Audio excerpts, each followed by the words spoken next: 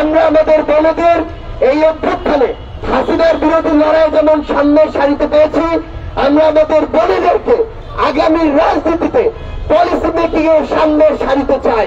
আমরা আমাদের এই অভ্যুত্থানে দেখেছি প্রত্যেকটি মিছিলের সামনের সারিতে আমাদের বোনেরা ছিল, আমাদের মায়েরা ছিল।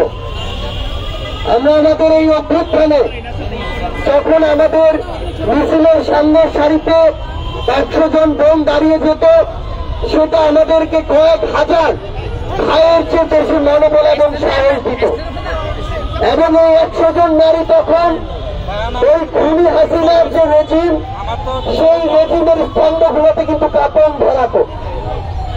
কিন্তু এই অভ্যুত্থান পরবর্তী সময় যদি আমরা দেখি, আমরা কয়েকদিন ধরে দেখছি আজকে আমাদের ঢাকা মেডিকেলের আইসিইউতে আমাদের মাগুরার ছোট্ট এক বোন আসিয়া মৃত্যুর সাথে পাঞ্জা লড়ছে। এই শকুনদের দৃষ্টি থেকে আমাদের বোনদেরকে রক্ষা করা এখন একটি চ্যালেঞ্জ হয়ে দাঁড়িয়েছে।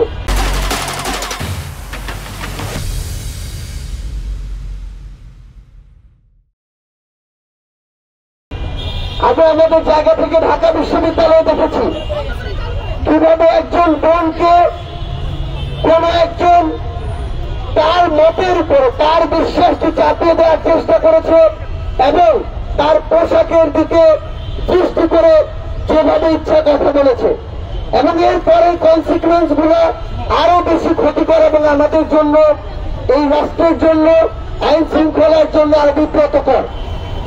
আমরা ঘন্টার পর ঘন্টা এসে থানায় দাঁড়িয়ে থাকি, আমরা আইন শৃঙ্খলা রক্ষাকারী বাহিনীকে যদি বাধ্য করি, আমরা যদি একদিনের মধ্যে জামিন নিতে বাধ্য করি, এই সামগ্রিক প্রক্রিয়াগুলো একটি রাষ্ট্র সঠিকভাবে চলার জন্য অনেক বড় একটি বাধা হয়ে দাঁড়ায়। আমরা একটি জিনিস স্পষ্ট করে আমাদের পার্টির পক্ষ থেকে বলি, রাষ্ট্র এক জিনিস, ধর্ম আরেক জিনিস। রাষ্ট্রকে সকল ধর্মকে ধারণ করতে হয়, সকল চিন্তাধারার মানুষকে ধারণ করতে হয়। এখানে নির্দিষ্ট একটি ধর্মের মানুষ তার যে বিশ্বাস, তার রীতিনীতি, তার প্রথাগুলো চাইলেই আরেকটি মানুষ যিনি অন্য ধর্ম বিশ্বাসী তাকে চাপিয়ে দিতে পারে না। আরেকজন মানুষ যিনি কোন ধর্মেই বিশ্বাসী না তাকেও চাপিয়ে দিতে পারে না। সেই জায়গা থেকে আমাদের এটি বুঝতে হবে যে আমি কোন কথাটি কোথায় বলতে পারবো, কোন পরিসরে এই কথাটি আমি চাপিয়ে দিতে পারবো। রাষ্ট্রকে আমাদের ঘর মনে করলে চলবে না, রাষ্ট্রকে আমাদের নির্দিষ্ট একটি গণ্ডি মনে করলে চলবে না। আমরা আমাদের জায়গা থেকে আমাদের পার্টির পক্ষ থেকে স্পষ্ট করে একটি অবস্থান জানাই, শুধুমাত্র এই সামাজিক জনপরিসরে নয়, বরং আমরা সোশ্যাল মিডিয়া দেখছি আমাদের রাজপথে আমাদের বোনেরা যখন সামনের সারিতে দাঁড়িয়ে থেকে লড়াই করেছে, তখন তাদেরকে কেউ ওভাবে কথা বলতে পারেনি, তখন বরং বিভিন্ন জায়গা থেকে আমরা সমর্থন দেখেছি। কিন্তু সেই বোনেরাই যখন আমাদের রাজনীতির মাঠে আসছে, বিভিন্ন পার্টি যেমন আমাদের পার্টিতে যোগদান করছে, তখন আমাদের এই বোনদেরকে স্পেসিফিক টার্গেট করা হচ্ছে। আমাদের এই বোনদেরকে নিয়ে অনেক মিথ্যা প্রপাগান্ডা ছড়ানো হচ্ছে, অপপ্রচার করা হচ্ছে।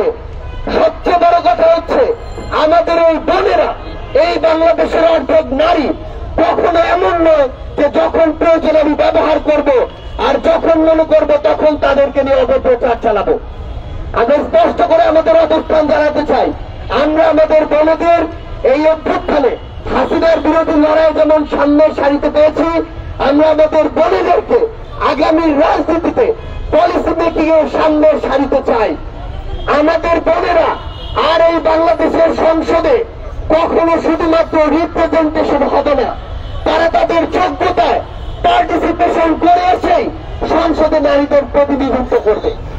আমরা স্পষ্ট করে আমাদের পার্টির পক্ষ থেকে বলতে চাই, আইন শৃঙ্খলা রক্ষাকারী বাহিনীকে, সংশ্লিষ্ট মন্ত্রণালয়গুলোকে এবং এই অন্তর্বর্তীকালীন সরকারকে পুরো বাংলাদেশের প্রত্যেকটি জায়গায়, জনপরিষদ থেকে সোশ্যাল মিডিয়ায় আমাদের বোনেদের সেফটি এবং সিকিউরিটি নিশ্চিত করতে হবে। কেউ যেন তার ব্যক্তিগত বিশ্বাস কোনদিন একটি সমাজের গুরুত্বপূর্ণ একটি অংশ কিংবা আমাদের নারীদের উপরে চাপিয়ে না দিতে পারে, এই নিরাপত্তা আমাদের নিশ্চিত করতে হবে। আর্থ সামাজিক প্রেক্ষাপট বুঝতে হবে। বাংলাদেশের সামগ্রিকভাবে পরিবেশ কি সেটা বুঝতে হবে।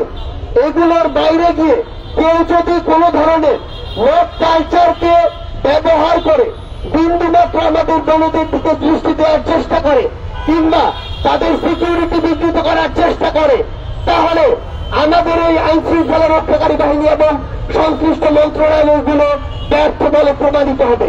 এই ক্ষেত্রে আমরা আজকের পর থেকে তাদের সুস্পষ্ট অবস্থান এবং অ্যাকশন দেখতে চাই।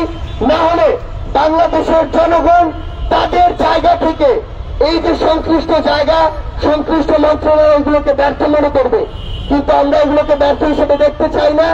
আজকের পর থেকে শুধু কথা নয়, আমরা কাজ দেখতে চাই এবং আমাদের নারীদের, বোনদের, মায়েদেরকে আমরা যেন এই সমাজে, এই রাষ্ট্রে তারা যতটুকু ডিজার্ভ করে এবং যতটুকু হওয়া উচিত ততটুকু জায়গা আমরা করে দিতে পারি, ততটুকু সেফটি এবং সিকিউরিটি আমরা সবাই ঐক্যবদ্ধভাবে নিশ্চিত করতে পারি। এটাই হোক আজকের নারী দিবসের আমাদের প্রতিজ্ঞা। সবার সাথে আবারও দেখা হবে, আমাদের বোনেদের সাথে, নারীদের সাথে আমরা একসাথে কাঁধে কাঁধ মিলিয়ে বাংলাদেশ বিনির্মাণের জন্য লড়াই করব। সে পর্যন্ত সবাই আমরা একসাথে আমাদের বোনেদের পাশে থাকবো।